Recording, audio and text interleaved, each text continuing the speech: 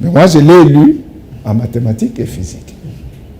Alors, et par cette phrase-là, il nullifie le droit constitutionnel. Alors, et moi, j'éprouve sa nullification. Merci.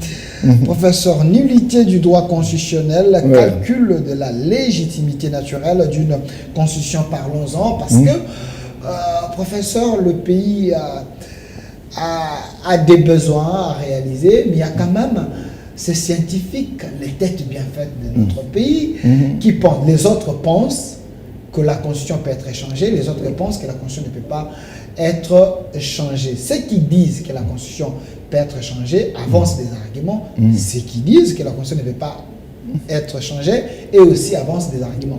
Mais dans le couloir, vous m'avez dit toutes les constitutions du monde sont mauvaises. Oui. Qu'est-ce que vous... C'est-à-dire que je n'aimerais pas qu'on me prenne comme quelqu'un qui a quitté les États-Unis pour venir flatter le président Tshisekedi. Non. Ce livre, je l'ai écrit il y a 5 ans. Okay. Il n'avait même pas encore posé le problème de changement de la Constitution. Ou la révision. Mais ce que j'ai rigolé, par exemple, quand on nous dit que les juristes nous disent que nous sommes un pays laïque, mais je n'ai pas vu un juriste ouvrir sa bouche quand le président a dit que je mettais le Congo entre les mains de Dieu.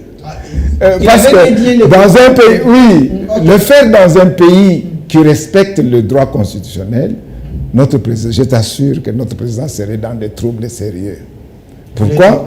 Je montre ah oui, parce qu'un pays est entre de son Dieu, ça ne marche pas. C'est pour tout simplement que notre constitution est contre nature. Parce que nous sommes fondamentalement tous, nous sommes fondamentalement religieux.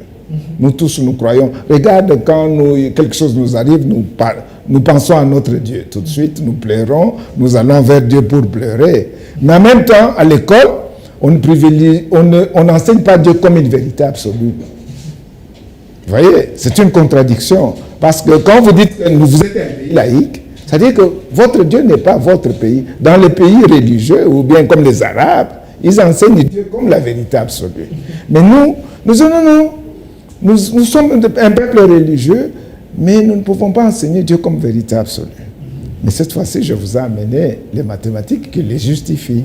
Pourquoi est-ce que nous attendons que les Blancs aient résolu le problème pour que nous, on puisse commencer à nous enseigner nos enfants que le Dieu que nous prions, le Dieu de nos ancêtres, c'est un Dieu non seulement qui est vrai et absolu par l'enseignement lui-même de Jésus de Nazareth, mais les lois aussi de la nature le glorifient, comme dit le psaume 19. Parce que c'est ça, en fait, mon approche. Je n'ai pas envie de baser un enseignement sur base de la foi. Ça n'a pas de sens. Mais les mathématiques et la physique le justifient. Donc, notre constitution peut être changée. Parce que le chef de l'État, quand il a... Non, pas parce que le chef de l'État l'a dit, parce qu'elle est mauvaise. Vous avez donné un exemple, quand le chef avait dédié les pays, il avait dit, j'ai dédié les pays entre les mains de mon Dieu, sur le plan constitutionnel, on pouvait les porter plainte, parce que nous sommes dans un pays laïque. Alors, si il a raison fondamentalement. Voilà. Alors, j'avais suivi le professeur Bouchard, de l'Église congolais. Il avait dit, nous avons un problème au Congo, nous avons des constitutionnalistes et des dimanches.